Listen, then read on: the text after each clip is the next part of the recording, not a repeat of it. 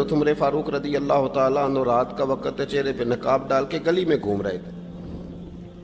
میں بھی گلی میں نکلتا ہوں، آپ بھی نکلتے ہیں، لیکن مقصود یہ ہے کہ ذرا پتہ کریں باہر کی ہوا کیسی ہے. مقصود یہ ہے کہ پتہ کریں کہ آج برگر کس دکان کا اچھا ہے، معلومات کریں کہ محلے کی سیاست کس رخ جا رہی ہے.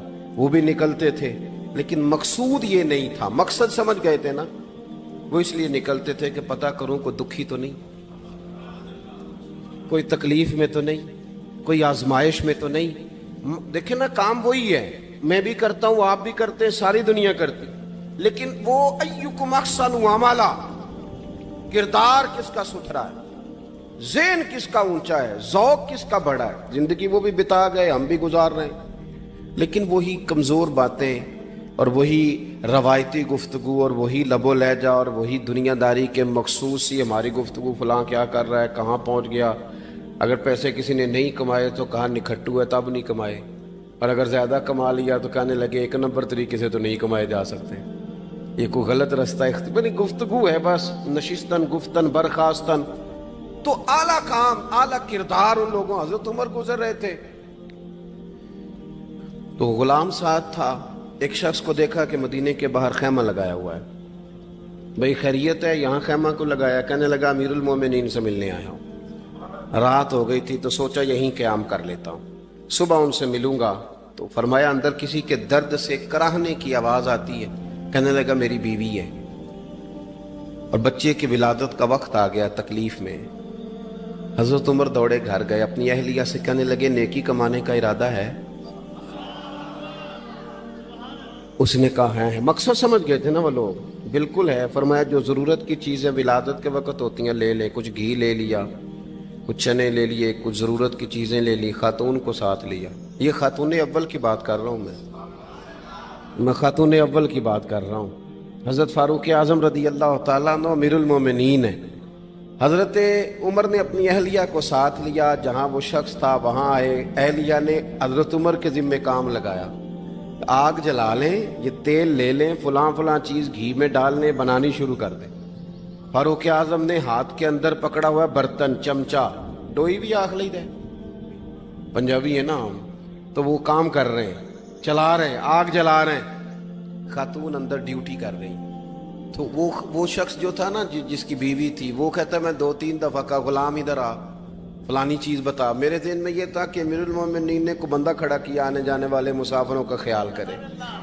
میرے ذہن 2-4 دفعہ میں نے اپنے لفظوں میں بات بھی کہہ دی، لیکن جب اندر میرے بچے کی ولادت ہوئی تو اندر سے میری بیوی بولی اور حضرت عمر کی اہلیہ بولی اور بول کے کہنے لگی امیر المومنین مبارک ہو، آپ کے دوست کو رب نے بیٹا دیا ہے.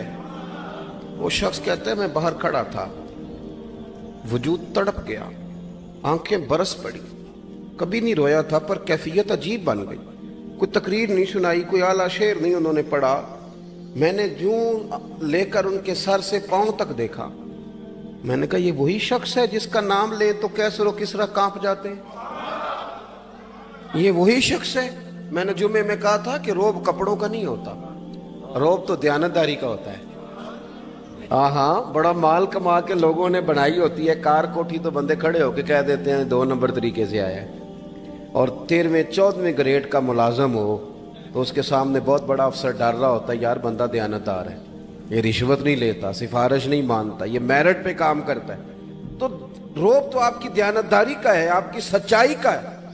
اپنی زندگی میں جو لوگ مقصد سمجھ گئے، مقاصد پا گئے، کچھ کر گئے. ہم ذرا الجھ گئے ہیں، پہلے اتنا شاندار مکان بناتے ہیں، پھر مرنے کو کس کا دل چاہے. اتنی محنت کر کے جو ہے وہ کوٹھی بنائی ہے تو اب چھوڑ کے کون جائے. وہ تیار بیٹھے تھے. انہیں نبی کریم نے کہا تھا کن فی الدنیا کانک غریب نو عابر السبیل، تم نے مسافروں کی طرح رہنا ہے. او میرے بھائی، کبھی دیکھا ہے ایئرپورٹ پہ مسافر لڑتا ہو کہ میں نے یہ جگہ خریدنی ہے؟ اسے پتہ ہے کہ ابھی فلائٹ آنی ہے، میں نے تو چلے جانا ہے. ریلوے اسٹیشن پہ جو جگہ ہوتی ہے وہ خریدنے کے لیے لوگ رٹا نہیں ڈالتے، انہیں پتہ ہے پہلی ٹرین سے چلے جانا ہے. بس سٹاپ پہ جھگڑے نہیں ہوتے کہ یہ کرسی میری ہے، جانا جو ہے مٹی دیں تے مٹی رہنا ہی. ایویں کا دی بلے بلے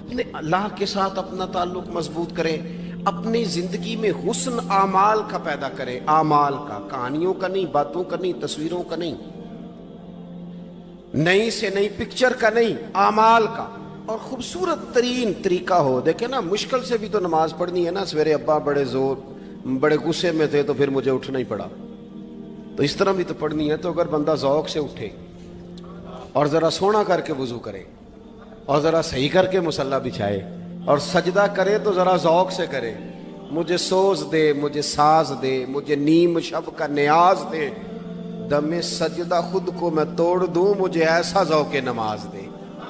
اس ذوق کے ساتھ آگے بڑھے۔ مقاصد جب بندہ سمجھ جاتا ہے نا، مقاصد، پھر اس کے لیے آسانی ہوتی ہے۔ میں نے عرض کیا تھا زیادہ باتیں نہیں کرنی، مقصود تو ایک پیغام دینا ہے۔ اب ہم نے جانے والوں کے لیے کیا کرنا ہے؟ ایک تو یہ کہ اپنا مقصد ٹھیک کرنا ہے کہ جو رخصت ہو گئے اپنے بزرگوں کو نہ یاد رکھیں۔ اصل کام ہے ان کو بول کے بتائیے۔ سال کے بعد ختم، بڑی اچھی بات ہے، سسماہی، ششماہی، سیماہی سب ٹھیک ہے، ان کو یاد رکھیں۔ حضور نہ یاد رکھتے تھے، اپنی والدہ کا ذکر کرتے تھے، اپنے والد کی بات کرتے تھے، اپنے دادا کا ذکر کرتے تھے، اپنے جانے سیدہ خدیجہ الکبریٰ رضی اللہ تعالیٰ عنہ وصال کر گئیں تو حضرت عائشہ کہتی ہیں حضور اکثر گھر میں ان کا ذکر کرتے ہیں۔ اپنے بزرگوں کو یاد رکھیں، ان کا ذکر کریں، ان کو نا، والد کے لیے نا والد ہونا شرط ہے، پی ایچ ڈی ہونا شرط نہیں۔ والد کے لیے والد ہونا شرط ہے، مفتی ہونا شرط۔ والد ان پڑھ بھی ہو تو بچے کو سمجھانے کا سلیقہ سے اللہ اسے عطا کاری دیتا ہے۔ ماں بالکل ان پڑھ بھی ہو تو بچوں کو سمجھانے کا طریقہ اللہ اسے، ان سے سیکھیں، ان سے سیکھیں۔ میرے والدہ اور والدہ دونوں اپنا نام نہیں لکھ سکتے تھے، تو میں اپنے دوستوں سے کہتا ہوں مجھے کبھی موقع ملے تو میں کئی جلدوں میں کتاب لکھ سکتا ہوں اپنے ماں باپ، اس لیے کہ وہ جو ہمیں سکھا گئے، جو بتا گئے، وہ انہی کا خاصہ تھا۔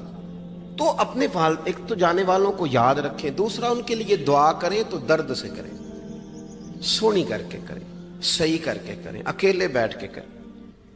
دعا کا سب سے زیادہ تعلق آپ کے دل کی آواز کے ساتھ ہوتا ہے، اور جس طرز میں حضور نے ہمیں حدیث سکھائی ہے نا، اس رنگ میں کبھی آپ حدیث کو سیکھیں، سمجھیں نا۔ حضور فرماتے ہیں جس طرح دریا میں ڈوبنے والا سہارا تلاش کرتا، دریا میں اسے کتنی کو جلدی ہوتی ہے، ہوتے لگ رہے ہوتے ہیں، وہ اس طرح کا نہیں ہوتا کہ میں عصر کی نماز کے بعد پھر آؤں گا تجھے نکالنے، اس طرح تو نہیں نہ ہوتا۔ دریا میں ڈوبنے والا اس طرح کشتی سہارا تلاش کرتا ہے، حضور فرماتے ہیں اس طرح قبر میں جانے والا دعاؤں کا انتظار کرتا ہے۔ آپ نے دیر کر دی دعا مانگنے میں، ختم دلانے میں دیر کر دی، کچھ صبح و شام ہمہ وقت دعا۔ ابھی آپ آیتیں سن رہے تھے سورہ ابراہیم کی، اللہ نے نماز میں رکھ دی، ربنا اغفر لی وَلِوَالِدَيَّ وَلِلْمُؤْمِنِينَ يَوْمَ يَقُومُ الْحِسَابِ۔ ایک تو انہیں یاد رکھیں، خوب دعا کریں، اور دوسرا کوشش کریں کہ وہ جو نیکیاں کرتے تھے وہ نیکیاں بھی جاری رہیں، جن لوگوں سے ان کا اچھا تعلق تھا وہ تعلق بھی قائم رہے۔ یہ بھی کوشش کریں کہ ان کے لیے صدقات و خیرات کریں، اور قیمتی صدقہ دیں۔ قیمتی، میں بات ختم کرنے لگا ہوں، بس قیمتی صدقہ دیں، قیمتی۔ 15 تولے سونا گھر میں پڑا ہوتا ہے، قیمتی ہوتا ہے نا۔ کبھی کسی نے چوک میں بتایا کہ آج 15 تولے سونا میرے گھر میں پڑا ہے؟ بولو نا، لگتا ہے تو 10 چھڑنا ہے۔ اگر گھر میں 50 لاکھ روپے کیش پڑا ہو تو چوک میں گلی میں آ کے آپ بات کریں کہ گھر میں پیسے پڑے ہیں، کیوں؟ کہ وہ قیمتی ہیں، کوئی لے نہ لے۔ تو یہ جو 5000 مسجد دیکھ کے سارے محلے کو بتاتے ہو یہ بھی صدقہ تھا، یہ بڑا قیمتی چیز تھی، یہ بتانے والا نہیں تھا، یہ تو نیکی تو قیمتی تھی۔ قیمتی چیز جو ہوتی ہے وہ تو چھپائی جاتی ہے کہ بتائی جاتی ہے۔ یہ جو بیٹیاں ہیں نا اسلام کی، مائیں بہنیں، یہ قیمتی ہیں، اس لیے اسلام انہیں کہتا ہے تم گلیوں اور چوکوں میں آنے والی نہیں، قیمتی چیزیں گھر کے اندر رہا کرتی ہیں۔ تم قیمتی چیزیں ہو، تمہارا وجود قیمتی ہے، تم کبھی ماں ہو، کبھی بیٹی ہو، کبھی بہن ہو، کبھی بیوی ہو، قیمتی ہو۔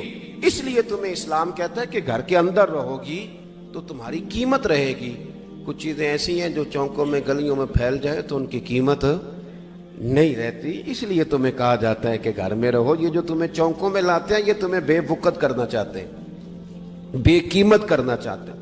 انسان تھوڑی دیر کے لیے، اگر تھوڑی دیر کے لیے غور کرے تو بڑے بڑے جانور انسان سے بڑے طاقتور ہیں، لیکن اللہ نے ان کی نکیل انسان کے ہاتھ میں تھما دی. اتنا بڑا جہاز ہے، ٹنوں وزن لے کے چل رہا ہے، انسان کے بس کی بات نہیں کہ وہ کئی لوگ لگ کے بھی اس کو اٹھا سکیں، لیکن اللہ نے اس کے قبضہ و اختیار میں کر دیا ہے. فرمایا هو الذی خلق لکم ما فی الارض جمیعا، زمین میں جو کچھ ہے سارا تیرے لیے بنایا ہے، آسمان میں جو ہے سارا تیرے لیے بنایا ہے. وما خلقت الجن والانس الا لیعبدون، فرمایا کل کائنات میں نے تیرے لیے بنائی ہے اور تجھے میں نے اپنی عبادت کے لیے پیدا فرمایا ہے. تو جنوں اور انسانوں کو اللہ نے اپنی عبادت کے لیے تخلیق فرمایا. مقصد زندگی، مقصد تخلیق، دنیا میں آنے کا مقصد اولین اور مقصد آخرین اللہ کی عبادت، اللہ کی معرفت، اللہ کی طرف توجہ، اللہ کی طرف رجوع. یہی ایک مقصد تھا انسان کے آنے کا. اسی کو قرآن نے بیان کیا تھا. اپنے اپنے مقاصد، درود شریف پڑھنے والوں سے بلند صلاۃ و سلام علیک یا سید یا رسول اللہ. اپنے اپنے مقاصد، اپنے اپنے معاملات کو ہم نے ترتیب دے لیا ہے. صبح سے شام تک کے معاملات سارے کے سارے ہمارے ذاتی، نجی اور ہمارے اپنے بنائے ہوئے مقاصد کے تحت گزر رہے ہیں. حالانکہ رب کریم نے فرمایا کہ انسان، میں نے تجھے اپنی عبادت کے لیے بنایا ہے، اپنے لیے تجھے بنایا ہے. تو میری بارگاہ میں سجدہ ریز ہو، تو میری بارگاہ کی طرف توجہ کرے، تو میرے لیے تسبیح پڑھے، تو تحلیل کے جملے بولے، تو تکبیر کہے، تو میرے محبوب پہ نازل ہونے والے قرآن کی تلاوت کرے. تجھے تو اس لیے بنایا تھا. عبادت کا معنی یاد رکھیے گا، عبادت کا معنی فقط نماز پڑھنا نہیں، عبادت کا معنی صرف نماز پڑھنا نہیں. نماز عبادت کا ایک جز ہے، نماز عبادت کا ایک حصہ ہے. عبادت نماز پڑھنے کا نام نہیں، عبادت روزہ رکھنے کا نام نہیں، عبادت صرف اور صرف حج کرنے کا نام نہیں، فقط ذکر فکر کرنا عبادت نہیں، بلکہ اللہ کا حکم ماننے کا نام عبادت ہے. خدا رسول کی بات ماننے کا نام عبادت ہے. جہاں جانے کا خدا حکم دے وہاں چلے جاؤ، یہ عبادت ہے. جہاں جانے سے منع کر دے وہاں کبھی نہ جاؤ، یہ عبادت ہے. اگر نماز پڑھنے کا نام ہی عبادت ہوتا تو پھر فجر کی فجر کے وقت کیوں پڑھنی پڑتی، پھر ظہر میں ہی کیوں فرض ہوتی، پھر عصر کا وقت مغرب میں جا کے کیوں نہ شروع کیا جاتا، پھر انسان کی مرضی تھی جب پڑھ لیتا. فرمایا نہیں، عبادت میری ہے، اصل میری اطاعت ہے. میں جب کہوں کہ یہ فجر کا وقت ہے تو تجھے فجر مان کے پڑھنا، جب کہوں ظہر کا وقت ہے تو ظہر مان کے. ہم نے عبادت کو مخصوص کر دیا. مسجد میں چلے جانا، نفل پڑھ لینا، کچھ دیر قرآن شریف پڑھ لینا، کچھ دیر اللہ کی عبادت کر لینا، کچھ دیر ذکر اذکار کر لینا، اس کا نام عبادت ہے. اور باہر نکل کے بے شک جھوٹ بولے، باہر نکل کے بے شک غیبت کرے، باہر نکلے اور کم تولے، باہر نکلے اور اپنی من مرضی کرے، تو یہ عبادت نہیں. اس لیے کہ ہم اس خدا کے ماننے والے ہیں جو صرف مسجد میں نہیں ہوتا، بلکہ جلوہ تیری ذات کا کو بکو ہے. میں جدھر دیکھتا ہوں ادھر تو ہی تو ہے. ہمارا خدا صرف مسجد میں نہیں ہے، اللہ ہر جگہ ہے. جے میں تینوں اندر جانا پھر مقید جانا، جے میں تینوں باہر سمجھا اندر کون سمانا. اندر بھی تویں باہر بھی تویں وچ بلا کون نمانا. اصل بات یہ ہے کہ جب خدا ہر جگہ ہے تو اللہ تبارک و تعالیٰ کا حکم ہر جگہ ماننا ہے، ہر جگہ اطاعت کرنی ہے. ہر لحاظ سے رب کی بات ماننے کا نام عبادت ہے. اللہ کی، اس کے رسول الپاک صلی اللہ علیہ وسلم کی بات ماننے کا نام، توجہ ہے آپ کی میری بات پہ، عبادت کا مفہوم سمجھیے گا، عبادت کا مفہوم سمجھیے گا. ہمارا وہ دین نہیں جو پنڈتوں، جوگیوں، راہبوں کا مذہب ہے کہ جنگلوں میں نکل جاؤ، تسبیح لے لو، میں کھٹکتا ہوں دل عالم میں کانٹے کی طرح اور تو فقط اللہ اللہ اللہ. یہ مذہب نہیں. ہمارا دین کہتا ہے مسجد میں بیٹھ کے جو ذکر کرے گا اسے بھی ثواب ملے گا، اور جو محنت کر کے کما کے بچوں کو کھلائے گا اسے بھی ثواب ملے گا۔ ہمارا دین یہ کہتا ہے جو مسجد میں بیٹھ کے قرآن پڑھے گا اسے بھی ثواب ملے گا، اور جو گلی میں پڑا ہوا کانٹا اٹھا دے گا اسے بھی اللہ اجر عطا فرمائے گا۔ اللہ کا حکم ماننا، اللہ کا حکم ماننے کا نام عبادت۔ محمود غزنوی کے پاس ہیرا ہے، محمود غزنوی کے بڑے غلام تھے تو ایک بڑا پیارا تھا اسے، آپ جانتے ہیں اس کا نام کیا تھا؟ ایاز محمود غزنوی کو بڑا تو حسد شروع ہو جاتا ہے ہر جگہ، الا ماشاءاللہ لوگ کہنے لگے بادشاہ ہر وقت اسی کو پیار کرتا رہتا ہے، ہر وقت اسی کی طرف توجہ کرتا رہتا ہے۔ بادشاہ نے ایک دن آزمانا چاہا، اتنا ہیرا تھا، موٹا ہیرا بادشاہ کے پاس۔ بادشاہ نے ایک وزیر صاحب کو بلایا، کہا یہ اینٹ پکڑو، ہیرے پہ مارو، اسے توڑ دو۔ کہنے لگا بادشاہ بات تیری ٹھیک ہے پر بڑا قیمتی ہیرا ہے، کیوں تڑوا رہے ہیں آپ؟ مال خزانہ میں رکھ دیں، کام آئے گا، کسی نہ کسی جگہ پہ استعمال ہو جائے گا، آپ کیوں اس کو تڑوانے کی ضد کر رہے ہیں؟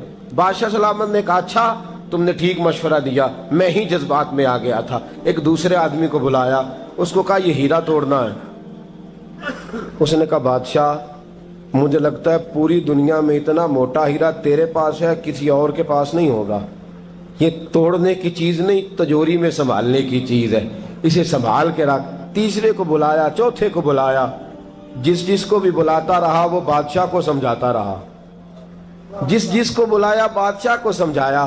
ایاز کی باری آئی، کہا ایاز ادھر آ، توجہ ہے آپ کی؟ ایاز ادھر آ، یہ ہیرا تو توڑ دے۔ اس نے اینٹ پکڑی، زور سے ماری، ہیرا توڑ دیا۔ بادشاہ کہنے لگا بڑا بیوقوف ہے بھئی تو، یہ سارے میرے خیر خواہ تھے، مجھے سمجھاتے رہے اور تو نے خیال ہی نہیں کیا، میں بیوقوف تھا تو تو بھی ساتھ ہو گیا، توڑ ہی دیا۔ کہنے لگا بادشاہ غلطی ہو گئی، مجھ سے غلطی ہو گئی، مجھے نہیں توڑنا چاہیے۔ اس نے کہا اچھا چل چھوڑ، ایک بات بتا، تیرے سامنے جو سب مجھے مشورے دے رہے تھے تو نے کیوں نہیں دیا؟ میں نے تجھے کہا توڑ دے، کیا لفظ ایاز نے کہے، کمال کر دی۔ کہنے لگا بادشاہ میرے دل میں خیال آیا ہیرا ٹوٹتا ہے تو ٹوٹ جائے، میرے بادشاہ کا حکم نہیں ٹوٹنا چاہیے، یہ ٹوٹتا ہے تو ٹوٹ جائے، یہ کرچی کرچی ہوتا ہے تو ہو جائے، خزانہ خالی ہوتا ہے تو ہو جائے، لیکن میرے مالک کا حکم نہیں ٹوٹنا چاہیے۔ بادشاہ میں ہر چیز توڑ دوں گا پر میں تیرا حکم نہیں توڑ سکتا۔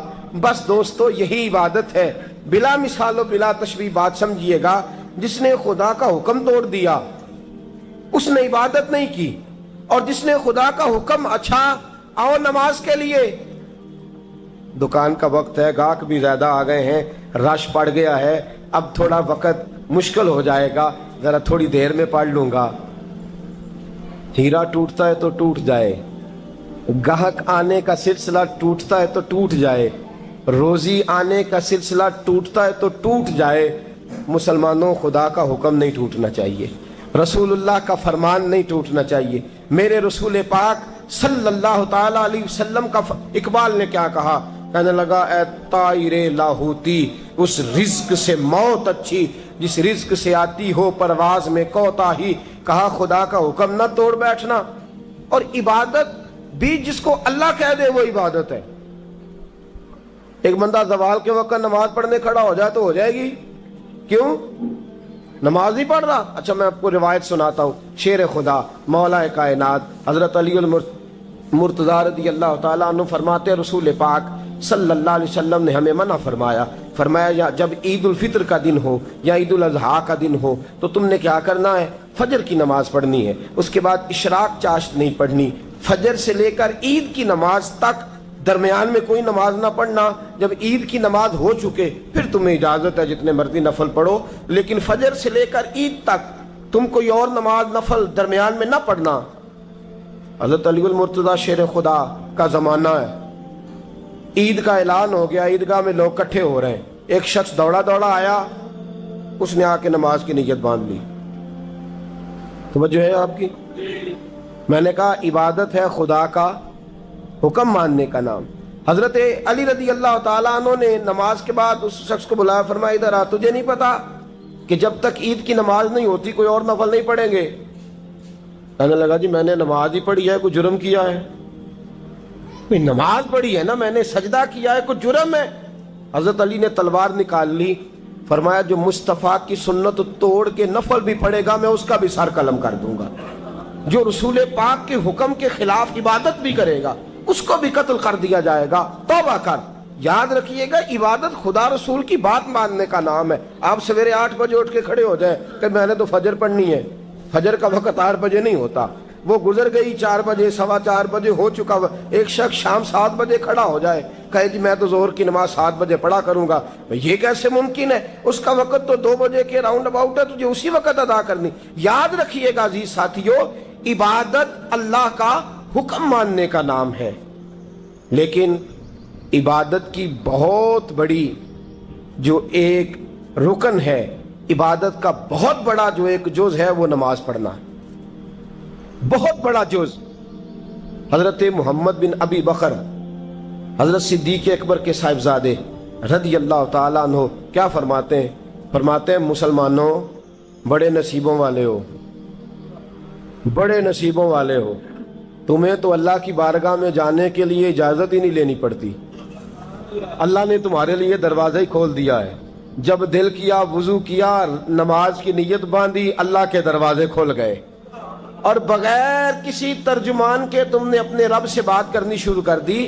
عبادت ایسی نعمت ہے, اللہ کی بارگاہ میں کھڑے ہونا, سجدہ کرنا اتنی بڑی فضیلت کی بات ہے.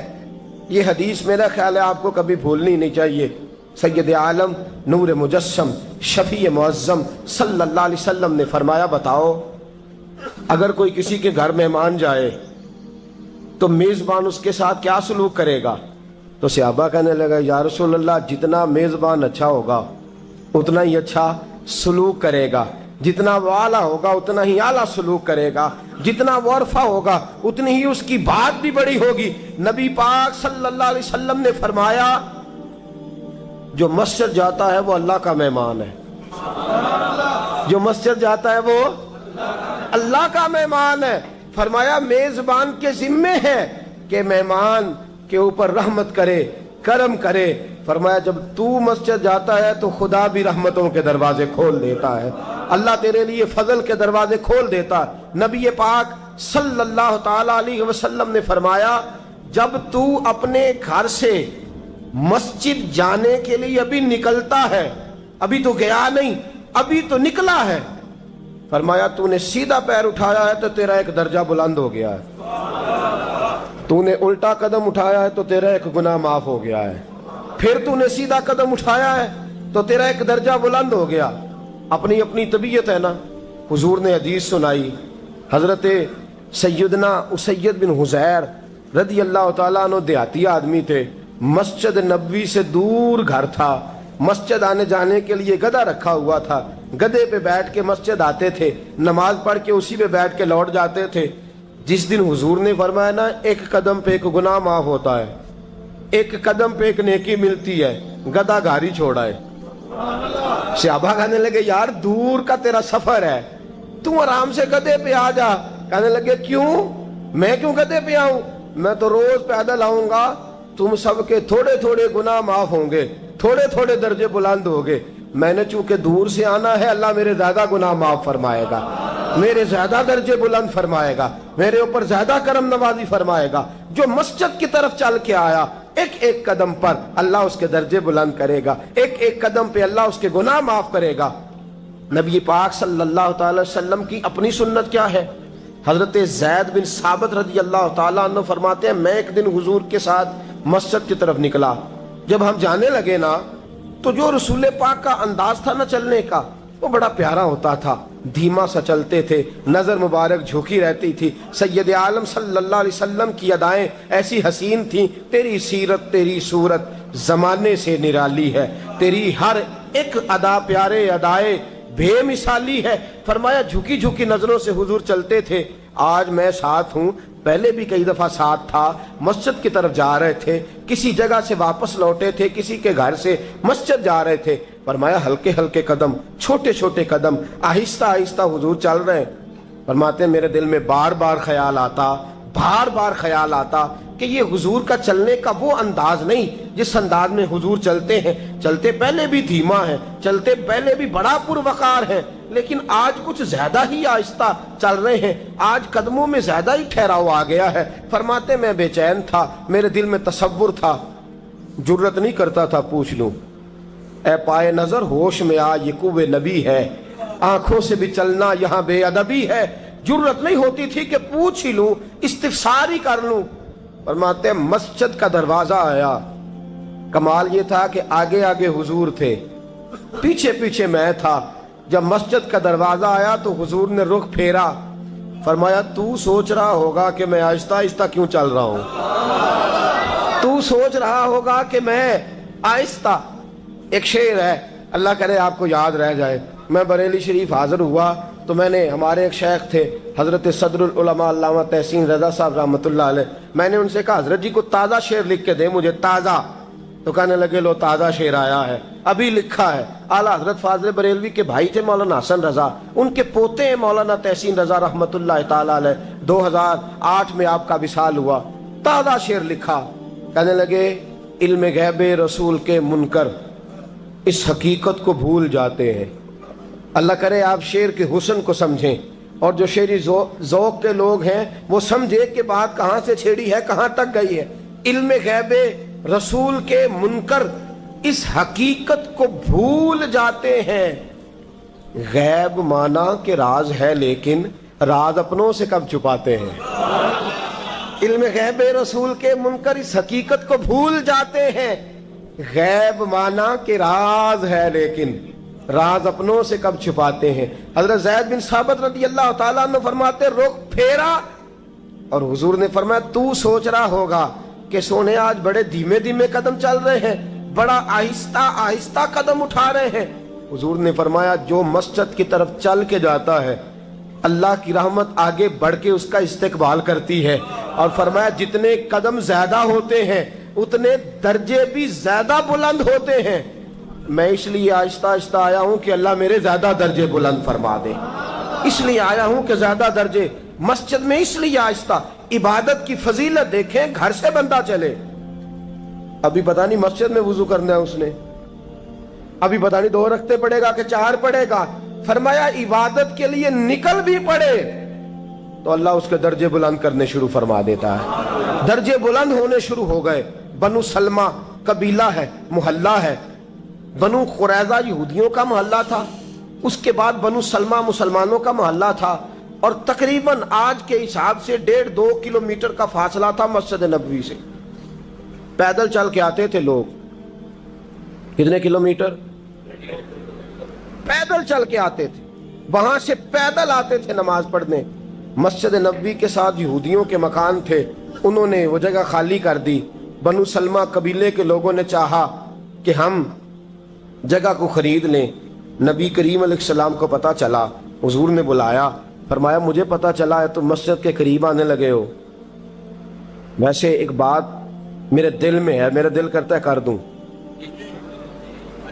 صحابہ مسجد کے قریب رہنا پسند کرتے تھے، اور آج کل جی اے مولوی سون نہیں دیں دے. یقین کریں مسجد کے دائیں بائیں آگے پیچھے جو گھرانے ہوتے ہیں وہ کہتے ہیں جی ہم بڑے پریشان ہیں، یہ تو ہمیں سونے نہیں دیتے. صحابہ قریب رہنا. آپ دیکھیں نا، نبی کریم علیہ السلام کا گھر دروازہ مسجد میں کھلتا ہے، حضرت صدیق اکبر کا گھر دروازہ مسجد میں کھلتا ہے، سیدہ فاطمہ جناب علی کا آستانہ دروازہ مسجد میں کھلتا ہے. صحابہ مسجد کے قریب رہنا پسند کرتے تھے. بنو سلمہ قبیلے کے لوگوں نے چاہا ہم بھی قریب آ جائیں. حضور نے بلایا، فرمایا مجھے پتہ چلا ہے تم مسجد کے قریب آنا چاہتے ہو. یا رسول اللہ دور سے چل کے آنا پڑتا ہے، ارادہ ہے قریب آ جائیں.